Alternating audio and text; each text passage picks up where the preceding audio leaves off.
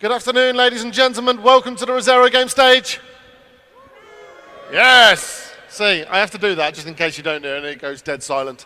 Thanks so much for joining us for this very special session. This is our Deus Ex Mankind Divided session. We're going to be talking with a couple of the key gameplay people and video game. They're working on it for many years. But first, I'm going to roll a trailer. Right, so everybody here must have played Deus Ex, right? Did you play the originals or did you play the reboot a couple of years back? Everything. So, it's a game, you should know this, about technology. And thanks to technology, we now have live from Montreal, we have Mary DeMar, who's the executive narrative director, and Jean-Francois Dugas, who's the executive director. So they'll be live with us in a minute. They'll be taking our questions. And everyone can see him. If they can wave, give us a wave.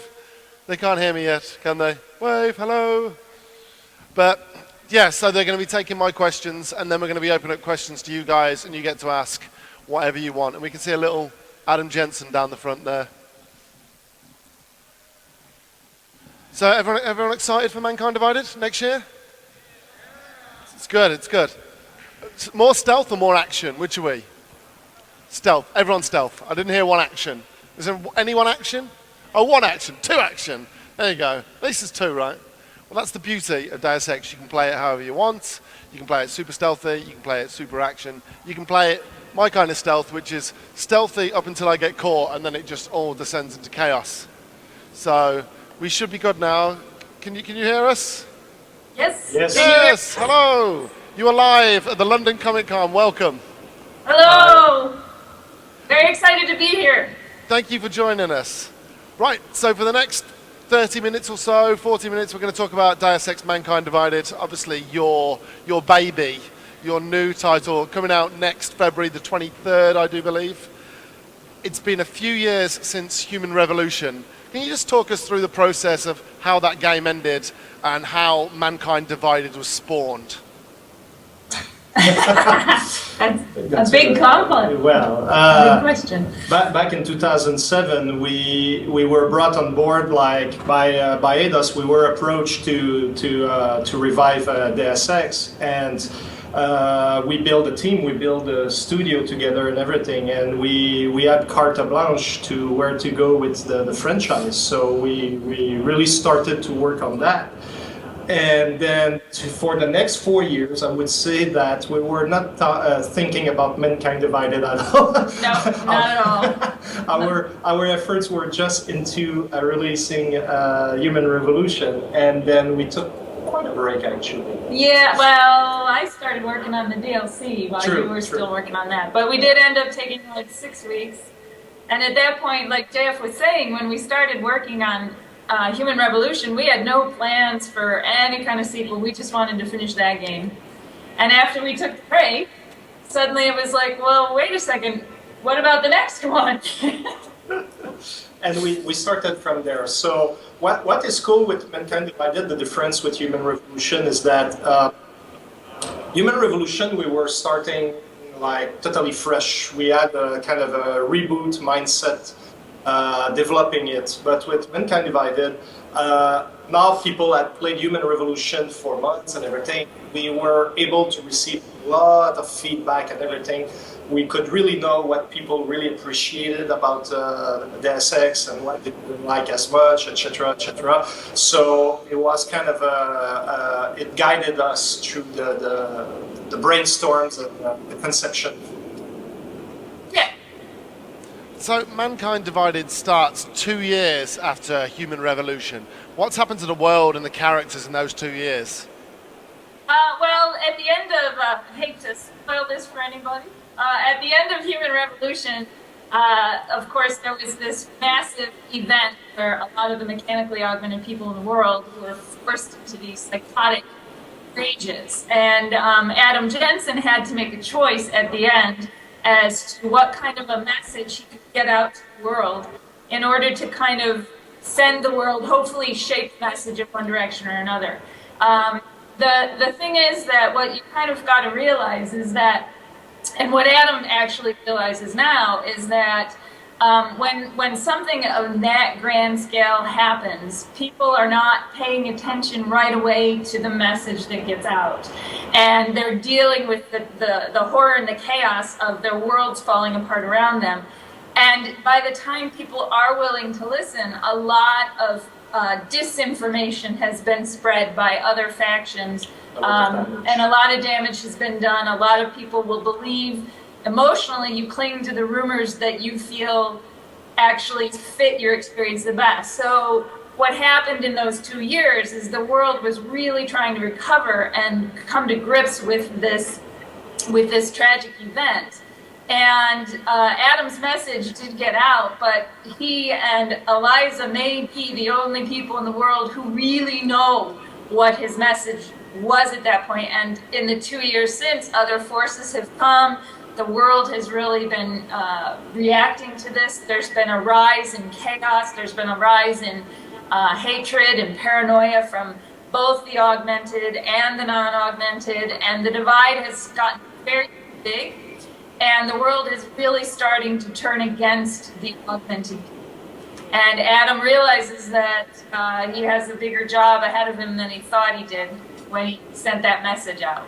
And this time around, like Adam Jensen is more comfortable with his body, like he accepts who he has become, like he knows that he's a weapon, he knows that he can make a difference and that he has a lot of possibilities. So in the last game he was trying to get to terms with who he just became and what happened to him. But this time around he's more confident in his approach and what he is and how he can help to be make the world a better place.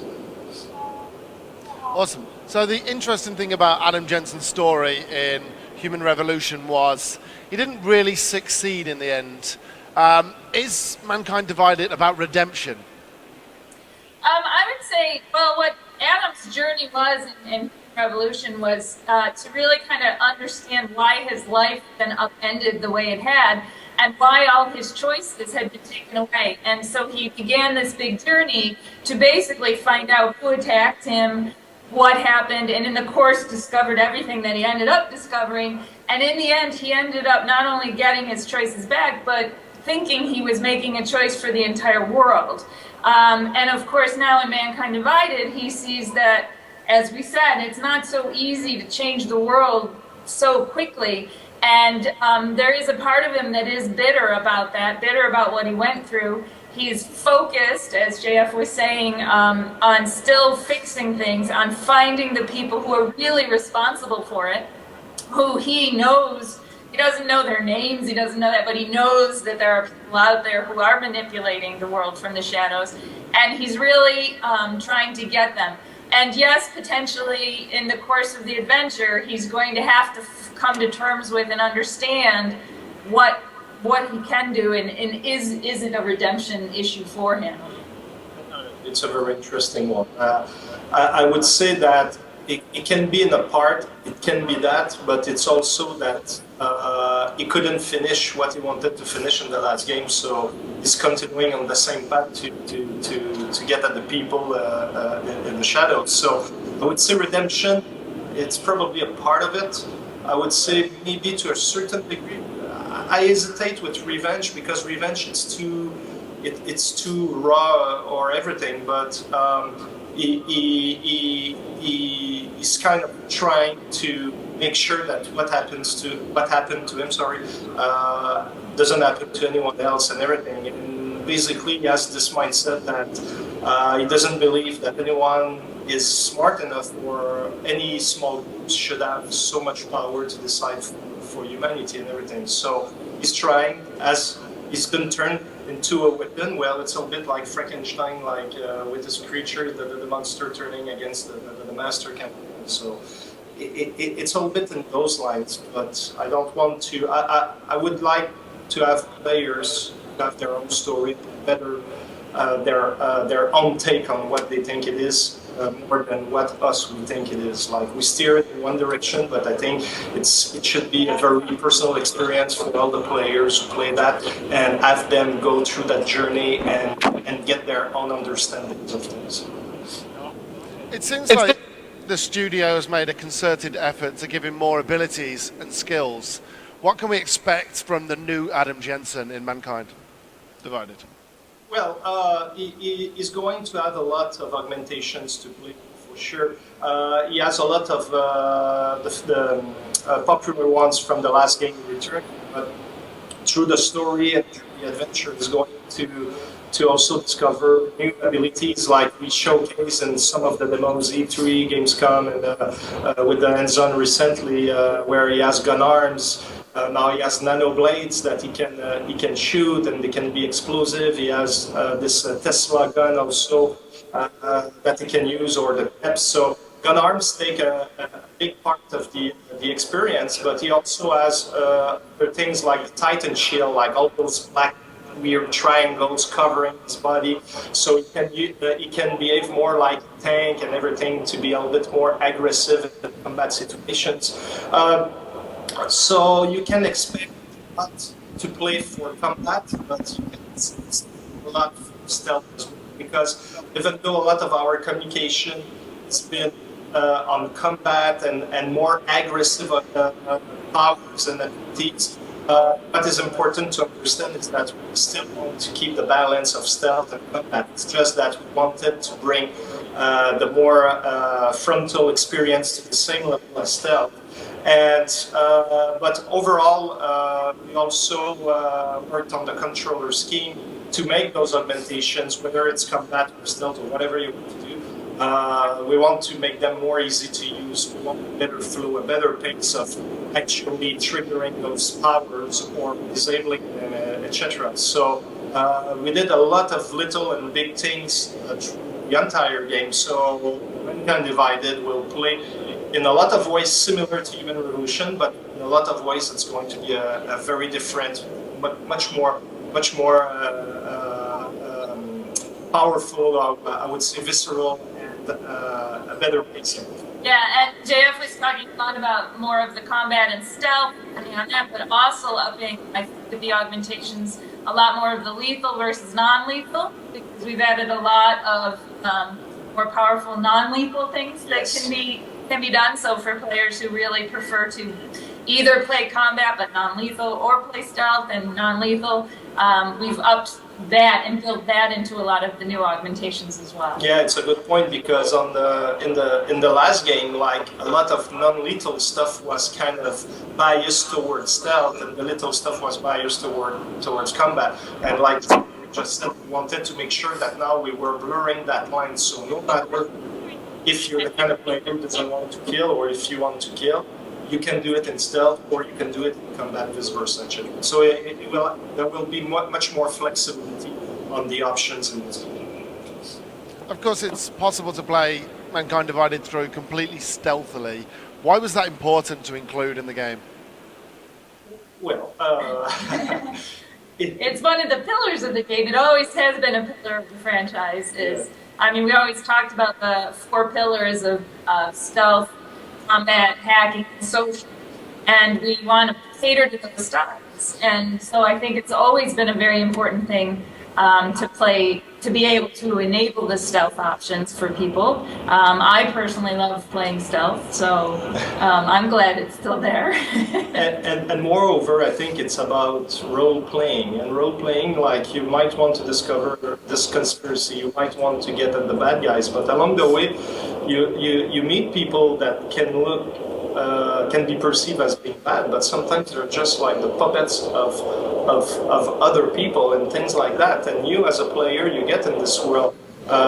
You might want to resolve things without relying to violence or the opposite. So for us, it's really important to let the players play that fantasy way they want to play it, and give them those choices. And I'm trying personally, when we go into these things, to stay away from giving you like the way to play stealth or the way to play combat. We don't want to make the players go like, oh, the better way to play it's this, and I'm going to have a better chance to upgrade the character to the maximum.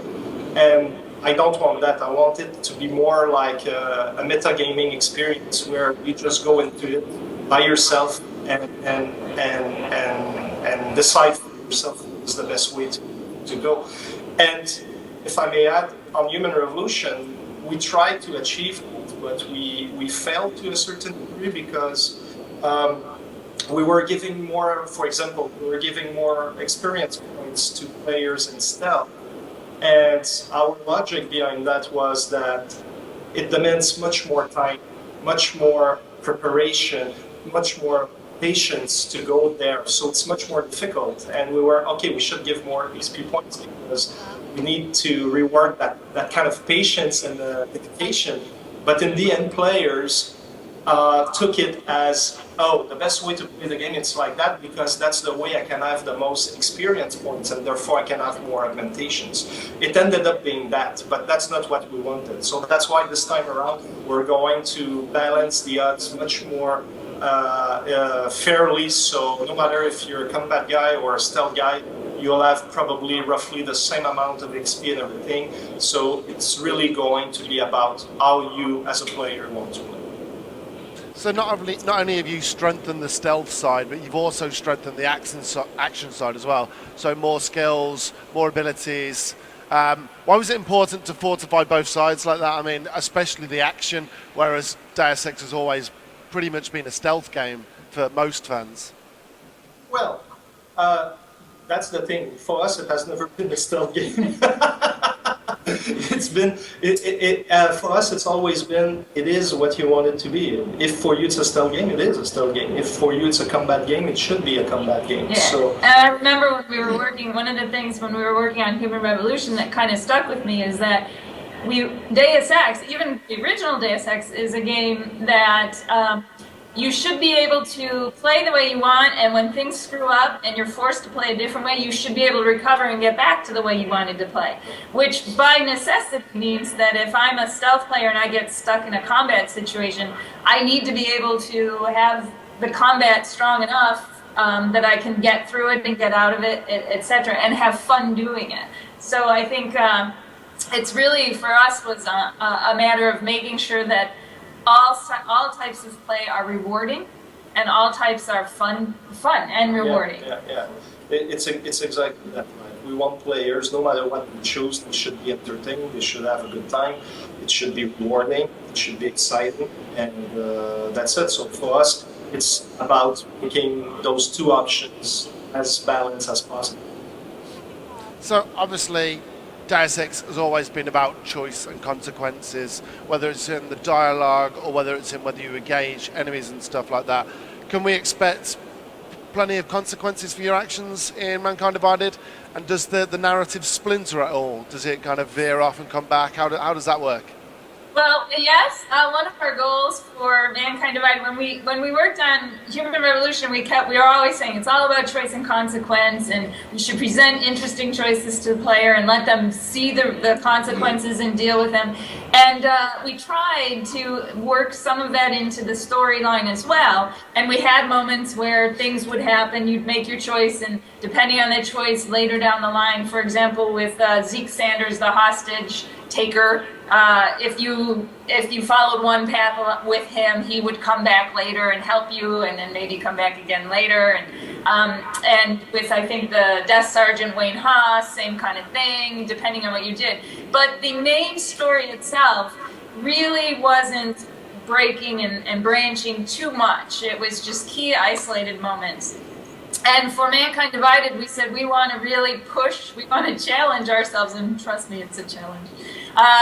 We want to challenge ourselves to really make this a much more viable choice-based game where not only are we presenting you with choices early in the storyline that will open up certain things or close off completely certain things, we're also having things in which you get to a point, you know, in the middle of the game, let's say, or early in the game somewhere, where you can only do one of two things, and the story changes as a result of your action. So, like, I might play and choose to take one path, JF will play a different one, and our stories are very different as a result. And also, I think it goes down to the end of the game as well. There are things that you can do very early in the game, choices that you're presented with, which will ultimately have repercussions on the final ending, offering more abilities, more branches, more things that you can do to resolve the game.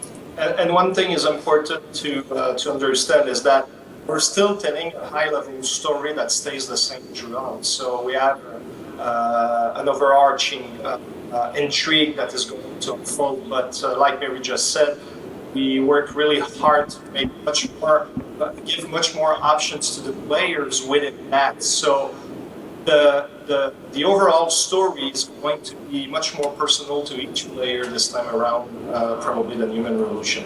But it's a headache. So like if we do another game, it's just going to be linear with no choice. Yeah. Because I'm tired of writing 500-page scripts that players only get 100 words from.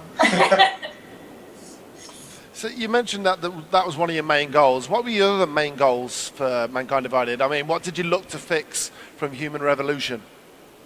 Well, we wanted to push forward. We wanted to, for us, Human Revolution for 4 years, like it was the first time that we were working on this franchise, and for us, it was making this franchise ours. It was trying to understand what we were doing. It was trying to really get something going. And when we finished that and we started Mankind Divided, we had much more experience and we had a much more better understanding of what we were doing and where we wanted to bring this. And like I said earlier in one of the first questions, since now Human Revolution was released, people could play. We received a lot of feedback from journalists, from players, from our friends, even from the team itself, and then we started from there. So what we knew is that we still wanted to push the storytelling of the game further. We wanted to have more choice and consequences, like Yuri just explained like a few minutes ago. We really wanted to bring augmentations to the next level. What is difficult is like, how do you bring like new augmentations, make that experience still fresh, but at the same time not breaking what was in the last game, and now we pushed with more verticality in the level design that allows much more augmentations uses, or even new augmentations that fit verticality and things like that. We really wanted to keep the boss fights as they were because they were perfect in the last game. Exactly. And so, no, this time around, the bus experience, it's going to be much more flexible. It's going to be more in line with the rest of the experience. And actually, that was one of the key aspects that we wanted to address. Like we said earlier, we wanted also to address the fact that combat was not as satisfying as the stealth. Wanted to bring it forward to make it as balanced as or as fun, as rewarding as stealth can be in its own ways. There were plenty of little things like that. We switched now. We have the Dawn engine. We wanted a new technology. We wanted to bring more.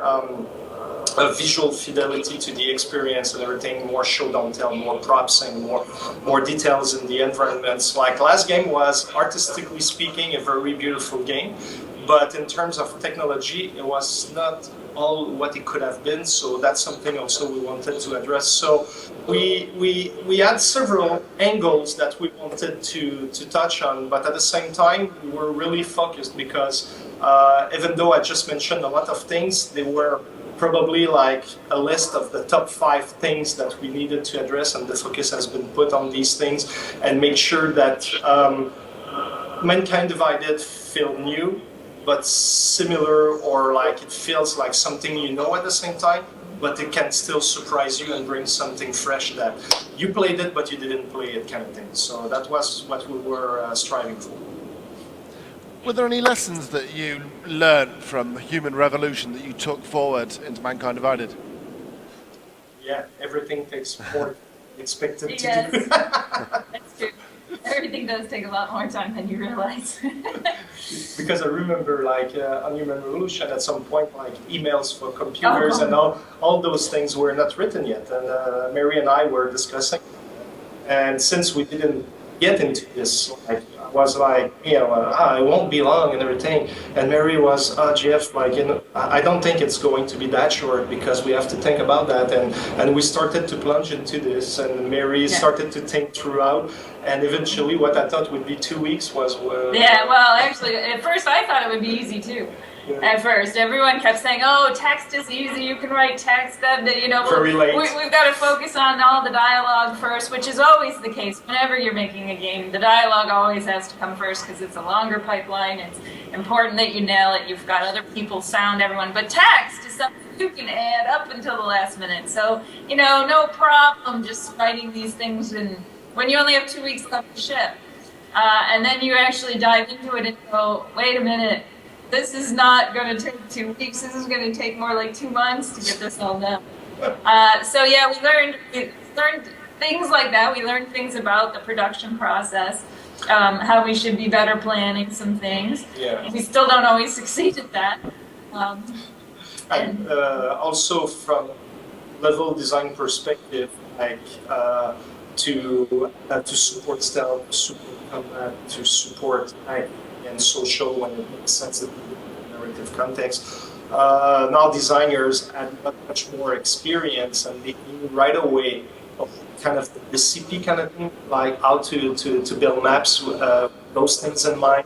The fact that we learned a lot, that the team also learned a lot, like I remember on Human Revolution when we were saying we're going to spend money on developing this feature or this sequence in the game that maybe just a fraction of the audience is going to see.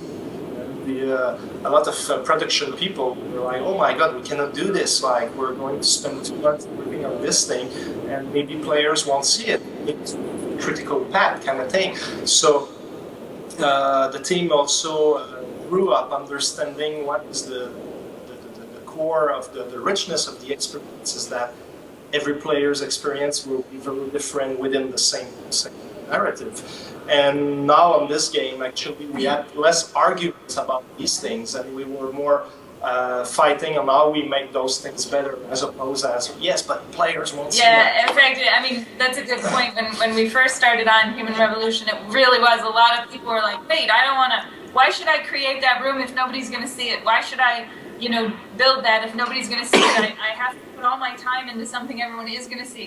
And it was a big process to educate everyone and to realize, no, it actually is very cool. And I think we did it so well that on this game, we're finding things we didn't know were in the game. That the artists and level designers are like spending all this time creating areas that we didn't even know existed. So I think people have taken it to heart and pushed it even further. And the big difference this time around compared to Human Revolution, with Human Revolution we came in knowing that it would be a big task, but we were kind of naive, a little bit cute and young, and not knowing what we were jumping into. So I think that helped us because we didn't know what was awaiting us. This time around for us, the big difference as a team, it's that we needed courage because now we know what it takes to pull off a Deus Ex game, and it's, I would say for me, and I cannot speak for Mary, but I suspect it's similar. It's as hard as the first time. It's just that the challenges are different cases, but it's still a big task. It's just that this time around we do this. Yeah. Now you have to have courage. It's absolutely right about that. It seems like you've kept a lot of the same development team as well from Human Revolution. How important was that to make the sequel a lot bigger and a lot better and kind of keep everything that made Human Revolution so right and build on that?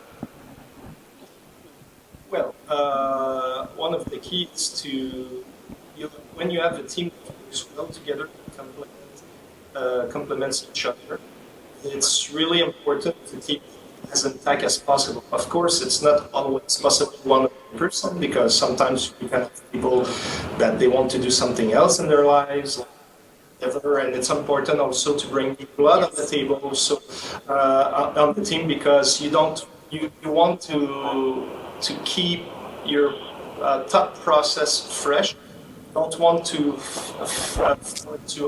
add it And when you have new blood, they will challenge things that you take for granted. And sometimes it's cool because it makes you go, huh, we thought that we shouldn't touch this.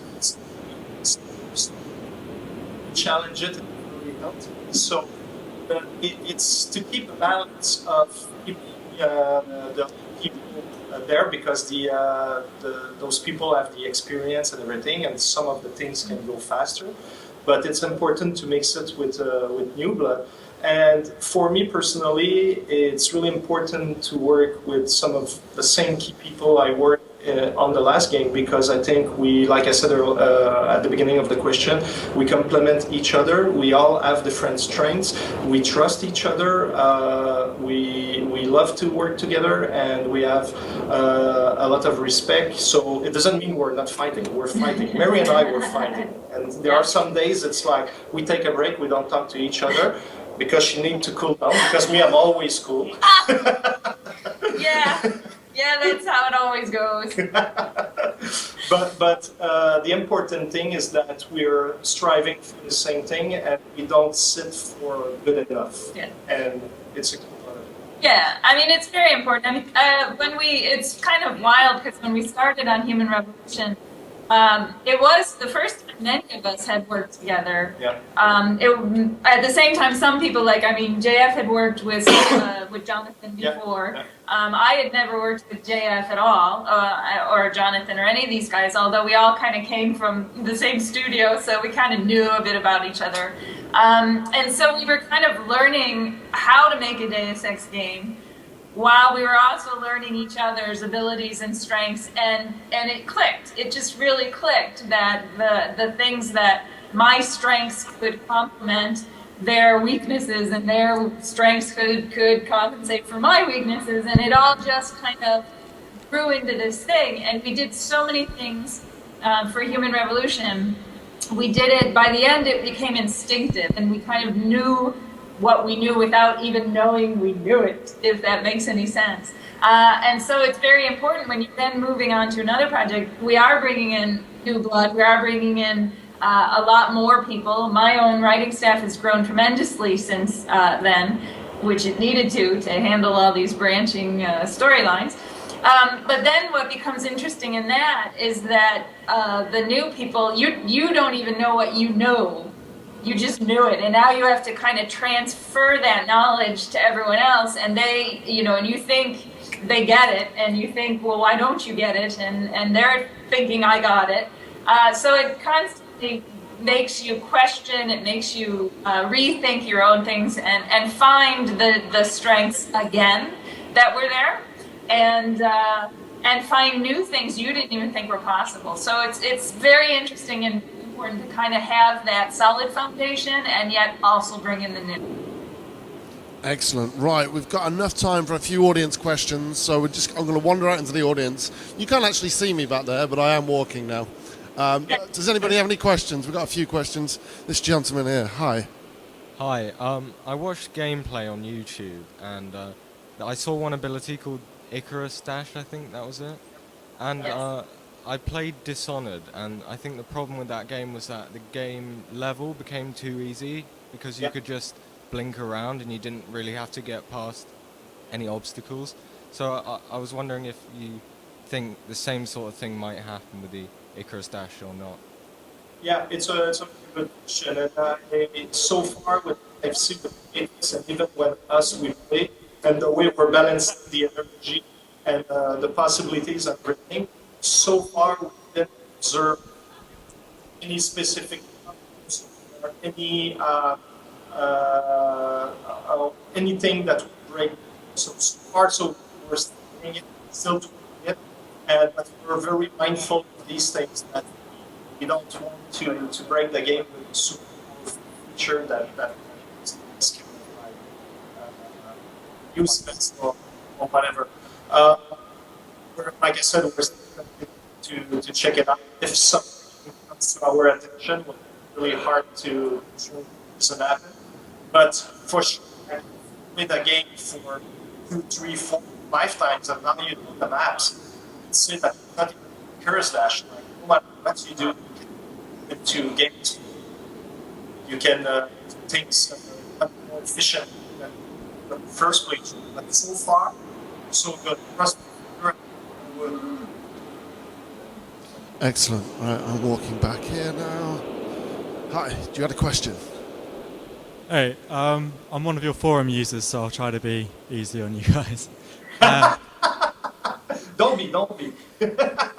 You touched on the XP issue that a lot of people had a problem with from the first game, but based on some of the gameplay trailers shown so far, kills, lethal takedowns, and non-lethal takedowns still seem to be getting different XP levels, XP rewards. Yes. But I also was wondering, compared to the original Deus Ex, where you got XP for completing objectives regardless of how you completed them. So I was wondering why you didn't take this approach. Actually, it's both. We still have this approach. Like when you finish a mission, you get a certain amount of XP points for that. It's ultimately the way our approach for Human Revolution, and that now we're refining for Mankind Divided, is that we wanted to have this approach that no matter what you do, like all the little moves you do, whether it's your stealth, your combat, or you're just exploring here, we want the players to get rewards constantly, very often. It can be very little things, like a certain amount of XP for this, that, but our mindset is more like, I don't know, like you have 10 minutes to play, it's still worth it. Like, I did a few things and I got more XP points, so my character continued to. So we still have this very like minute-to-minute reward approach for players. So that's why we're giving a lot of XP points, buildings all over the place, etc. And yes, of course, when you play stealth and when you combat, you're going to get XP points at different times. So that you have immediate XP points for that signaling or disabling some of the enemies. Stealth, we need to wait until you get to the end of the objective to see if you really played stealth, because we cannot go on the second by second the gameplay and just give you XP like, oh, you pass this guy, and you get XP, and then at the end you come back and you kill them all and you get XP again. So we know you will do that. So we have to take a different approach, but in the end what we're trying to do is that by the end of the mission you should have roughly the same amount of XP. It's just that the distribution system is going to different depending on your playstyle. That's all. Excellent. We have time for probably one more question, if there's a question. No. Oh, there is. All the way back over there. Right, I'm coming. Here we go. Got a question. Hiya. You mentioned that the message that you'd get across at the end of the first game isn't as important as you might think, having finished the first game in the second game, because people aren't listening. But which one did you go with? Oh, you mean individually? No, well, yeah, individually is fine, but in terms of the story of the second game, which ending of the first one carries forward? The answer to that is we went with all of them. Basically, the only person in the world who knows, the only people I think in the world who knows for sure what choice was made was Adam Jensen and you, the player, and Eliza. They're the only people who know the actual choice that was made. And that choice, whatever choice you made, it got out into the world. It got out first. And then in the chaos of the days that followed, the weeks that followed, the other strong forces started to send out disinformation and competing voices. So the answer that we go with is that Adam, and you know which message got out, and you find within the world people who everyone knows in the world, they know several things. They know that millions of augmented people went crazy on the day they called the AUG incident and killed a lot of people. They know that Pancheo became so damaged that it basically kind of collapsed on itself. They know that there were rescue missions to save people there, and they recovered some people, but that a lot of people died. And there are all sorts of rumors that are being put into play, or that are out there. Everything from it was a bad dose of neuropozyne that caused this to it was one single man who gave his life to save the world. These rumors are all over the place, and people are arguing, and our lovely conspiracy DJ is back and touting his theories, etc. about it. And we have other groups that are releasing it. Manufactured foods. Manufactured truths, yes. So basically, the answer is that there was a truth that got out, and you are the person who knows what that truth was. And now you're seeing how conspiracy theories begin. Excellent. Thank you very much, each. Have you got anything you want to say before we say goodbye? Any kind of message that you didn't get across? Anything that you want to address with the fans? Well, I would like to say that I wish I was there in person. I love the city. I would love it too, but in the meantime, I'm really happy this morning. Well, for you, it's this afternoon. It's in the morning. What time is it? Like it's 6:45. So we're really excited to share that moment with you. Hopefully, you're going to enjoy the game when it comes out. It's always nerve-wracking. We work hard, but we never know in advance if we're going to pull off everything we want to pull off. So you guys are going to be judges, and I'm sure that you're going to be pretty vocal about whatever, if it's good or it's bad, but we can't wait to hear that. But we're confident that we have a new exciting installment in franchise. And I hope you have a lot of fun with it. Excellent. Thank you very much for joining us. Can I get a huge round of applause? Thank you very much. Thank you.